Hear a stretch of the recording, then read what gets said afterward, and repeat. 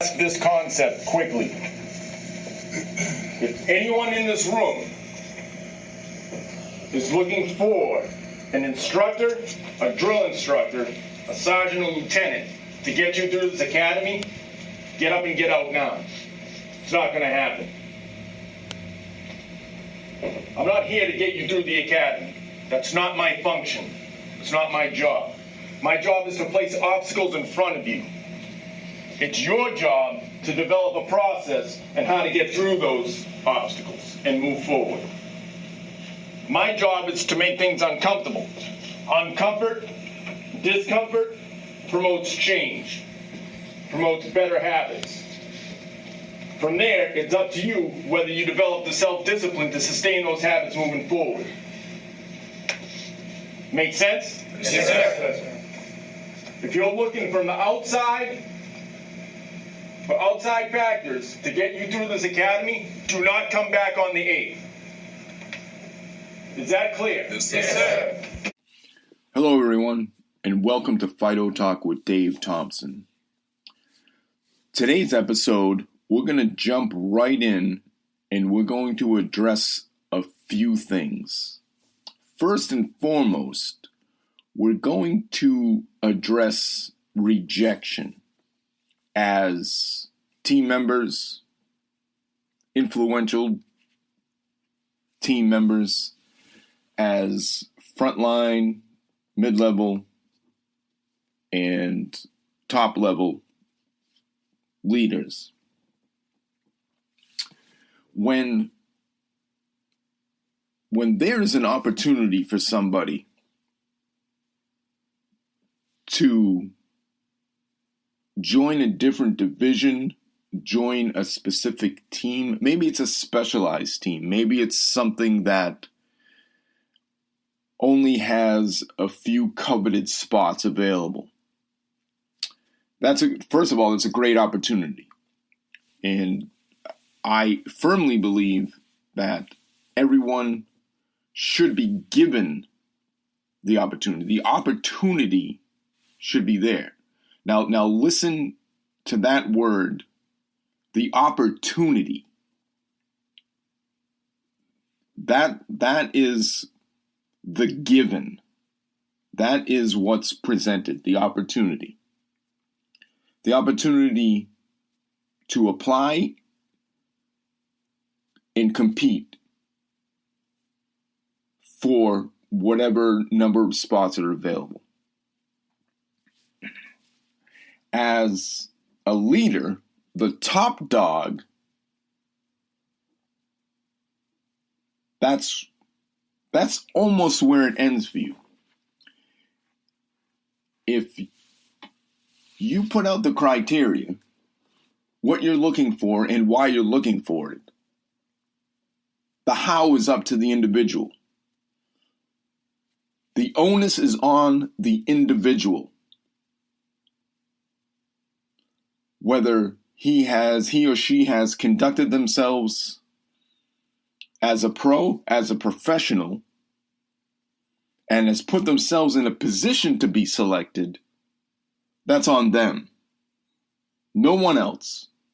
It's no one else's responsibility to place them in a position to be selected. So a background on why I'm about to go on this rant. In certain industries, specifically first responder industries, the stakes are a little higher. It's not a matter of maybe losing an accreditation, maybe getting a poor audit, maybe a poor survey, or poor marks on something. It might not be a dip in profits, a poor quarter. The stakes are a lot higher. People get hurt in the first responder industry. People get hurt. God forbid somebody fucking dies. So there's standards. If you are a first responder, it is my deep, deep belief that you have a responsibility to the fucking oath you took to become and maintain as a professional in mind, body, and spirit. If you've chosen not to do that and then have the opportunity to apply for something, a specialized unit, something that is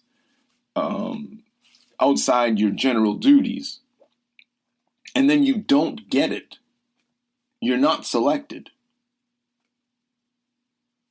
There's a reason for that, right? There's a selection process. There are people who vet your performance. They vet your tangibles and intangibles. They vet your skill sets, what you bring to the table, and they also vet, again, the intangibles, right? Your character, your communication skills, the way you interact with people, your attitude, your work ethic, certain things that just cannot be trained. You're not able to train those. You are able, as an individual, to change those. Now, going back to the top dogs, if the top dogs decide that everyone's equal, everyone is the same, so everyone gets on the specialized unit. Again, that's a problem. That is a huge problem, especially when that decision is born of the people who did not get selected. Their approach: to bitch, to complain, to whine, to jump the chain of command, to take the easy road. The easy road. Not seeing it as an opportunity for personal growth and development. Not an opportunity to say, oh shit, what do I need to do? How can I better myself? What can I do to present myself the next time to have an opportunity or a chance to get in, or a better chance to get into this particular unit, or to crack this division, or something like that? And as an administrator, a top dog, a top level boss, and instead of developing and enforcing standards,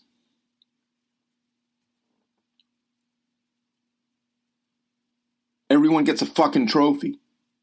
Everyone gets in. Here's what happens when we do this. This is what happens to the dynamics of a specialized team or a specialized division when that happens.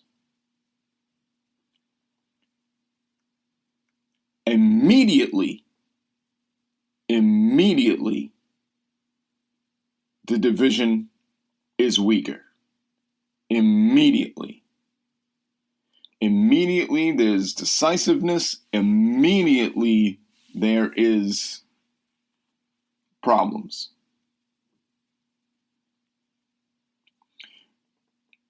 People know people. People know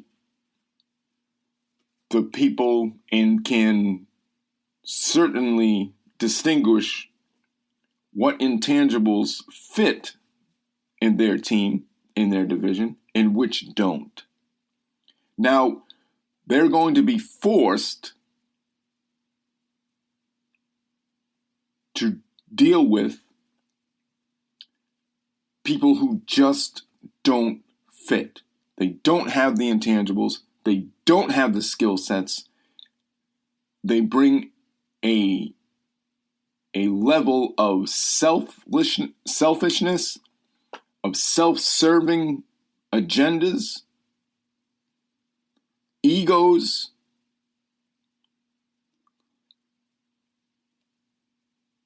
and just a mindset that's not conducive to that particular team. So now, instead of the team focusing on its mission statement and giving that 100%, now time, energy, and focus is diverted from that.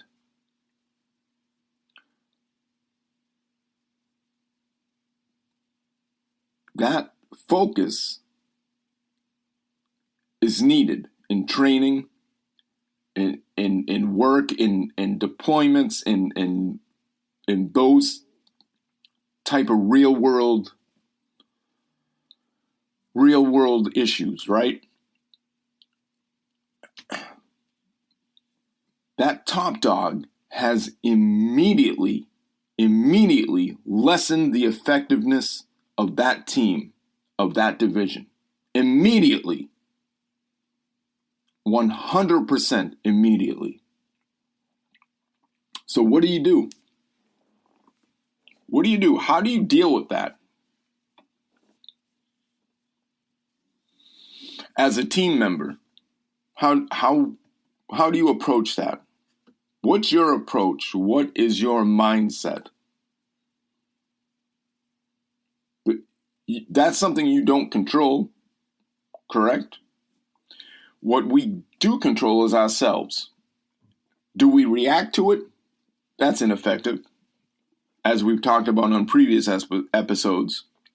Do we respond to it? You have to. You have to. What is the simple answer? The simple answer is be a fucking pro. Be a professional. Do your best.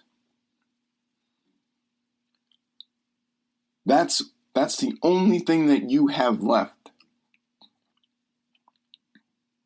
People are going to do what they're going to do. Ruminating about it, bitching, pissing, and moaning about it is a waste of time. There's nothing you can do to change that dynamic or change what happened. It is what it is. Does that mean that there's probably going to be extra work given the dead weight that was just dumped on you and your team? Yep, 100%. Yep. Is the squeeze worth the juice? That's on you. I don't know. No one can answer that question. Is it fair? Nothing. Life isn't fair. Who gives a fuck? Right? Fair or not, it is what it is. Is it your fault? Nope. But now it is your responsibility to deal with it. And how you deal with it shows your true character.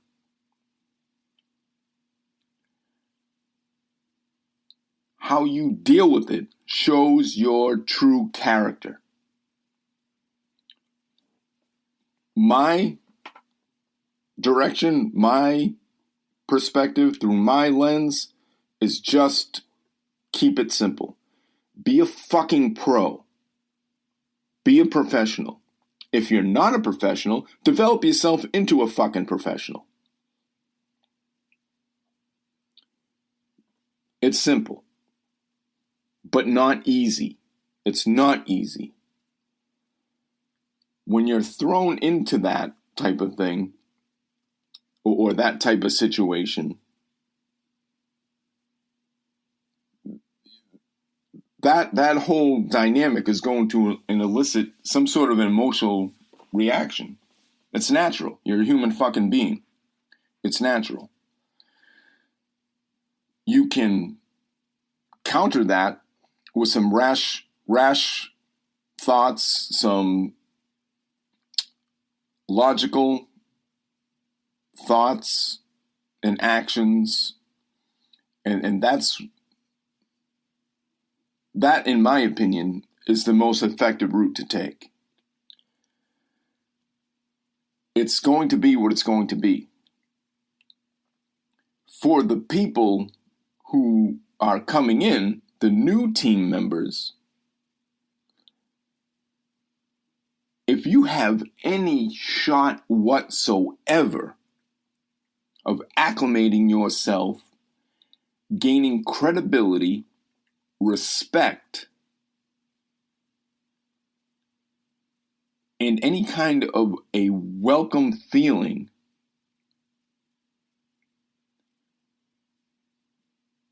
my approach would be you come in with your hat in your hand, your ears open, your mouth shut. Learn how to develop a huge dose of fucking humility.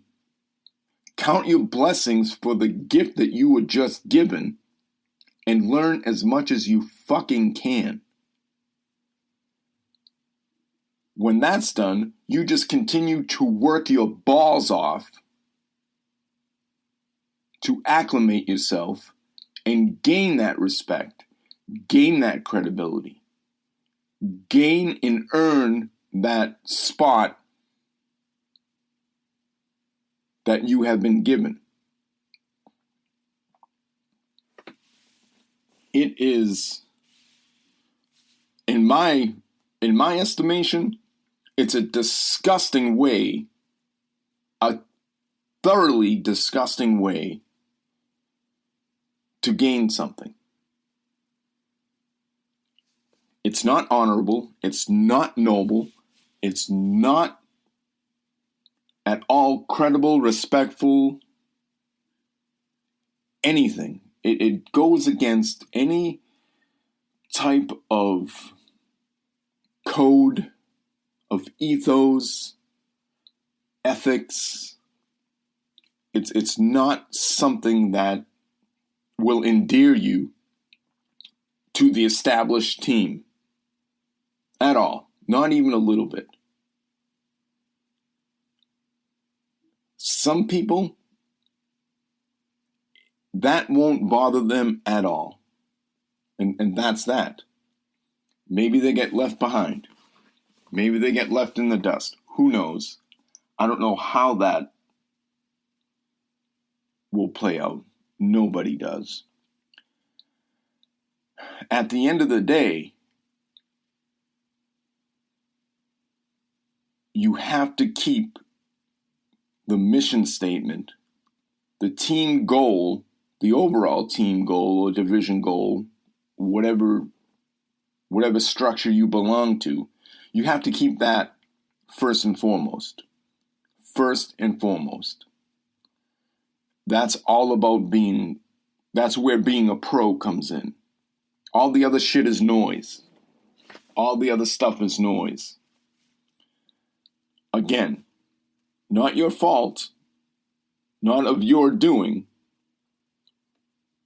but now it certainly is your responsibility to keep working toward that team and organizational goal. That's it. That's what you signed up for. That's the oath you took. That's the promise you made. You're either going to honor it and do what's right and be effective,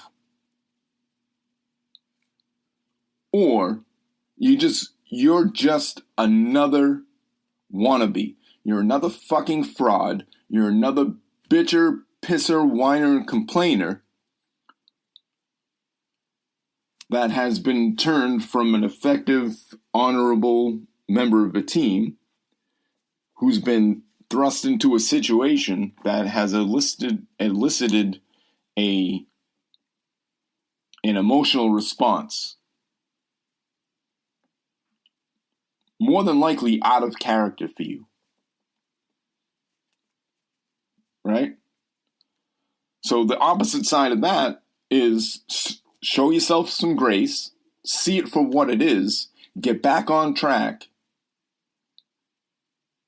and continue to work as an effective member of that team towards the overall team goal. That's where we're at with that. That's where we're at. As far as the top dogs, the people making these decisions, if anyone listening is ever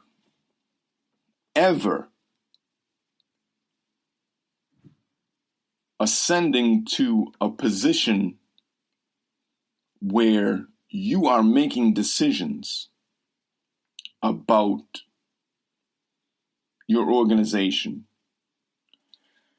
or specialized divisions or teams within your organization, here is a couple of things that may be helpful through my eyes, right? They may be helpful. Again, just one man's opinion, right? The first one is have a working fundamental knowledge of the team's mission, the team's overall mission, and what it means. Understand, then you can understand why standards are so important.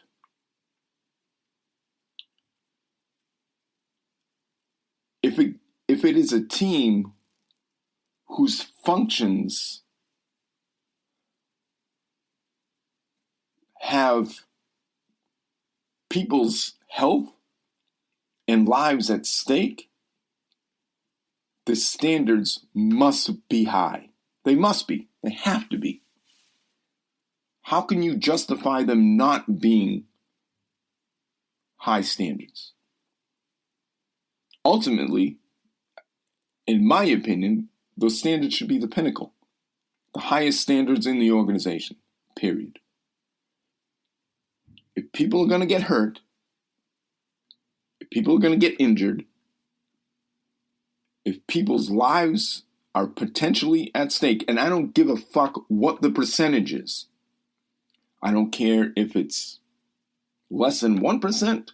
I don't care if it's 40%. I don't care. The standards should meet that percentage. They should meet that risk. Well, sometimes the question comes up, why are you living and working in the 1%? Because the 1% is where all the danger is. The 1% is what you try to mitigate across the board. Right? That's what it is at the end of the day. If you have policies, rules, regulations, and I don't care if you're HR, I don't care if you are a banking, whatever industry you might be, your rules, regulations, techniques, tactics, procedures are all based on the 1% because the 1% causes catastrophe. If that 1% happens, it could be catastrophic. So you train for that. You mitigate it. You do everything you can. And it starts with fucking standards. That's where it starts. So if you're a leader and you have no idea what the mission statement is, what that team does, have enough big picture thinking, enough clarity to leave the selection to the people who do. If you don't have enough trust,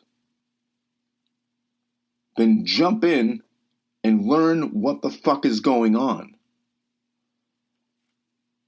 Until then, you're just making blind fucking decisions with people's health and potentially risking people's lives because you want things equal. You want diversity. You want everything and everybody the same. Well, I'm here to tell you, equality, balance, diversity, all that shit is historically ineffective. No human being is the same as another. We do not develop the same. We do not bring the same experiences, life experiences, development experiences, skill sets to the table. We just don't. That is not how it works. That is historically accurate. And I challenge anyone listening, anyone who happens to follow me on social media, I challenge anybody to prove that wrong with historical facts and examples. We're not the same. You're not the same. I'm not the same. That's not the way it works. That doesn't mean that we can't work together on a team, right? But there has to be certain standards met. People meet standards by different means and different paths, and that's fine. That's where diversity comes in. That's true diversity. Working towards a singular goal, coming from different backgrounds, different experiences, all that kind of thing. But we still meet the same standard. We meet the same fucking standard in order to fulfill that mission statement. That's the way an effective team is developed, trained, and progresses. That is it. It's historically accurate.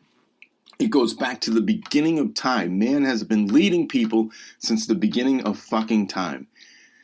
Every time we get fat and lazy and complacent and everyone gets a trophy throughout history, everyone gets the same, every time we do that, as humans, it's an epic failure.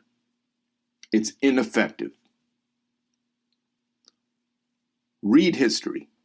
Understand these things. Read the history of leadership. Read the history of organizations, of countries, of military organizations, of anything that has organizational structure. Read their rise to power, their rise to dominance, and then read about their fall off. And tell me what happens. For those who engage in the why me, the Me Too crew, the frauds, the bitches, the moaners, you're a drag on your organization. You're a leech.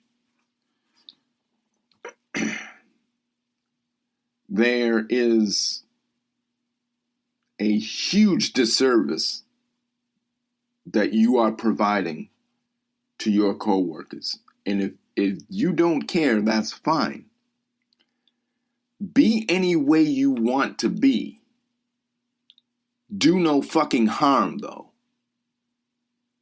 Do no harm. You do you, and then you let those who do and are effective and are honorable and noble and have some believability in a purpose, a mission statement, let them do what they do.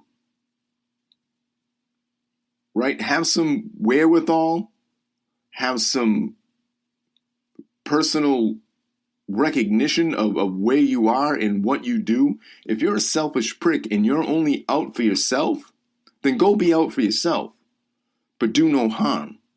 You do you and let everyone else do what they do. Your sickness, right? Your selfishness, your whining, your complaining, your 12-year-old fucking behavior in a professional setting is contagious. It's contagious,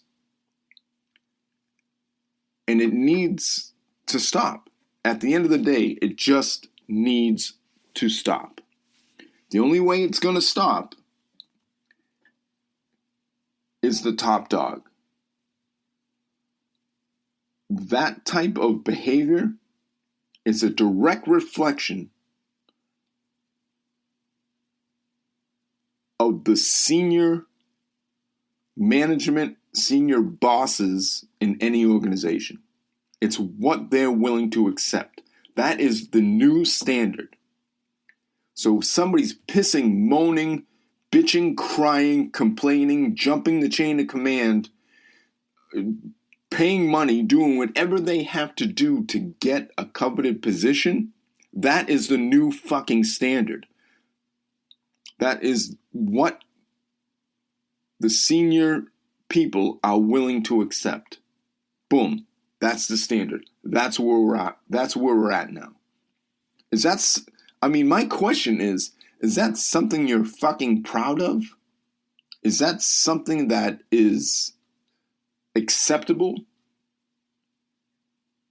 Would a generation of two of our families, would that be something they'd be proud of? Right? Would the people who built that organization, whose blood, sweat, and tears into the organization, the divisions, the teams, is that what they had envisioned? Come on, man. That's it. It's shit. It's crap. It's trash. It's garbage. If we're not going to lead from the top down, then this is geared and aimed towards the individual team people, right? The boots on the ground, the people doing the work day in and day out. Develop the big picture mindset. Understand your job, your perspective, and then understand the opposite. Understand your frontline leadership, your mid-level leadership, and your top dog. Understand their approach, what they project, and why. Take a look at it. Take a look at where they come from. Take a look at the examples they've had to follow. Take a look at how they approach things. And then leverage that to be the best fucking contributor to that team that you can possibly be. Right? And that means that you're a good teammate. An effective teammate, I should say. Right? You're an effective teammate. That means if people are talking about other people, you keep your fucking mouth shut. Right? If there's an issue with somebody, you praise in public and you punish in private. Meaning you have a one-on-one conversation with somebody and you help coach and mentor them. In private. Don't make a scene. That means that you set the fucking standard. You set the example from the bottom up. That means you show up when you're supposed to. 15 to 20 minutes early, presentable with all your equipment in working order, ready to go.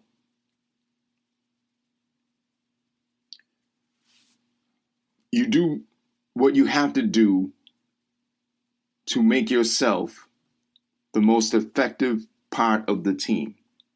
And these days, in most organizations, that requires you to do extra work on your own, maybe at your own expense.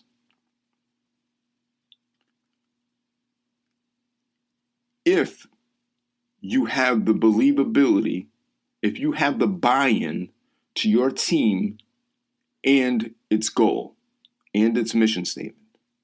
If you don't, if you did, but now you don't, get out. Get out. Right? If you're not willing to be a positive influence, the hardest worker in there, make sure that you are doing what you need to do, then get out. Right? You're not willing to fulfill your commitment.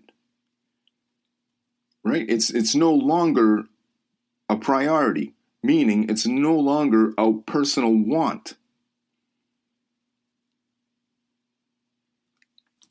If somebody has to talk you into staying, if somebody has to convince you that it is worth it, then you really have to sit down and consider whether it really is for you or not.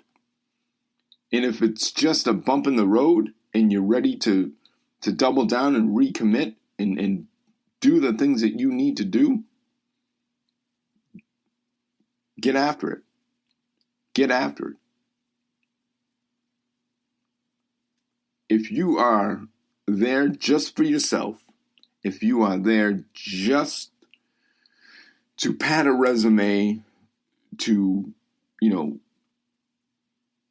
get a patch, to boost your ego, to satisfy some sort of self-esteem issue, mommy-daddy issue that you have from a kid that you haven't resolved because you're an immature fuck, just know that you're putting people at risk. Good people. People with pure good intentions and believability in something good.